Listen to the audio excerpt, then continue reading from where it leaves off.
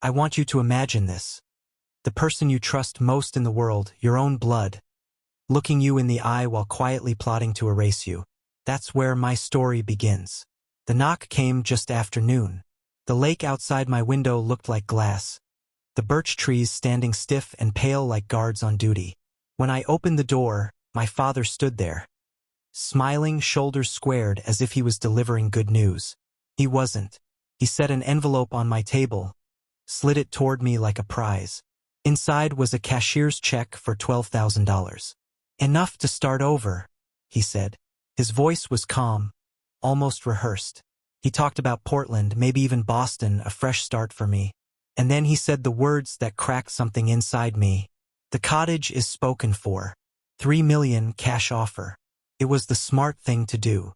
I felt the steel key against my chest. The key to that cottage I'd carried on a cord since my mother's funeral. He didn't notice my fingers tightening around it. He just kept talking. He thought he was saving me. In truth, he was cutting me out. What he didn't know was that 3 days earlier, I had already sat in an attorney's office, transferring that cottage into an irrevocable trust. He thought I was naive. What he didn't know was that I'd already set a tripwire that would trigger the second his forged papers hit the registry. I lifted the check, studied it for a long moment, then set it back down. He leaned back, convinced he had won. I smiled. And in that moment, he should have known.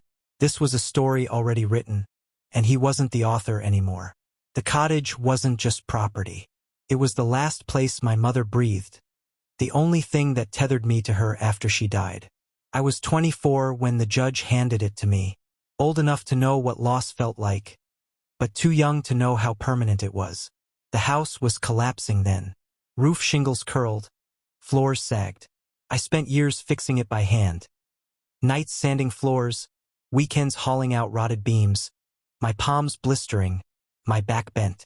Every nail I hammered was like a conversation with her, a line of dialogue I wasn't ready to let die. And while I poured myself into that house, my father poured himself into debt. He called constantly, just a bridge loan, just a quick fix, just help me one more time. And I gave in, because I told myself it was family duty. Because some part of me believed if I controlled the flow of money, maybe I could keep him from drowning. But control has a cost. And silence has a cost, too. The truth came to me not from him, but from a whisper at a bar. Owen, a friend I trusted like a brother, called me late one night. He'd overheard my father bragging at a marina bar, laughing as he told a table of men that he could trick me into signing away the cottage without even noticing. He said I was too naive to catch him. He laughed. That laugh cut deeper than a knife. The next morning, I was in Attorney Claire Duval's office, my pulse pounding as she explained the forged power of attorney already in motion. Together, we built a fortress around that house. Legal filings, fraud alerts, cameras tucked into rafters, witnesses hidden in plain sight. I was done playing the victim in his story. When he invited me to dinner a week later, I knew exactly what it was. A performance. The Summit Grill sat on the Rockland waterfront, all glass windows and candlelight. He was waiting with wine chilling in a bucket, menus spread out like props. This is a night for goodbyes, he said, but also for beginnings. I let him talk. I let him toast to my freedom. I let him believe the act. Halfway through the meal, Claire walked in. She pretended to be surprised, asked if she could join us.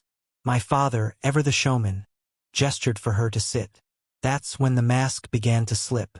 He started talking about my mother, how the house should have been his, how he had built the dock, paid the taxes, done the work. His voice cracked under the weight of old resentment. And then Claire leaned forward, her tone almost casual. Interesting timing, Ronan. Some documents filed under your name this week. Care to explain? His fork froze. She slid the folder across the table. Inside were the trust filings stamped days earlier. Proof the cottage was untouchable. His face darkened. You can't do this. I had a buyer. Her reply was calm, devastating. Your so-called buyer was a poker buddy running money through a shell account. The deal was a fraud, just like the forged signature. His mask shattered then. His voice dropped low, desperate. You don't understand.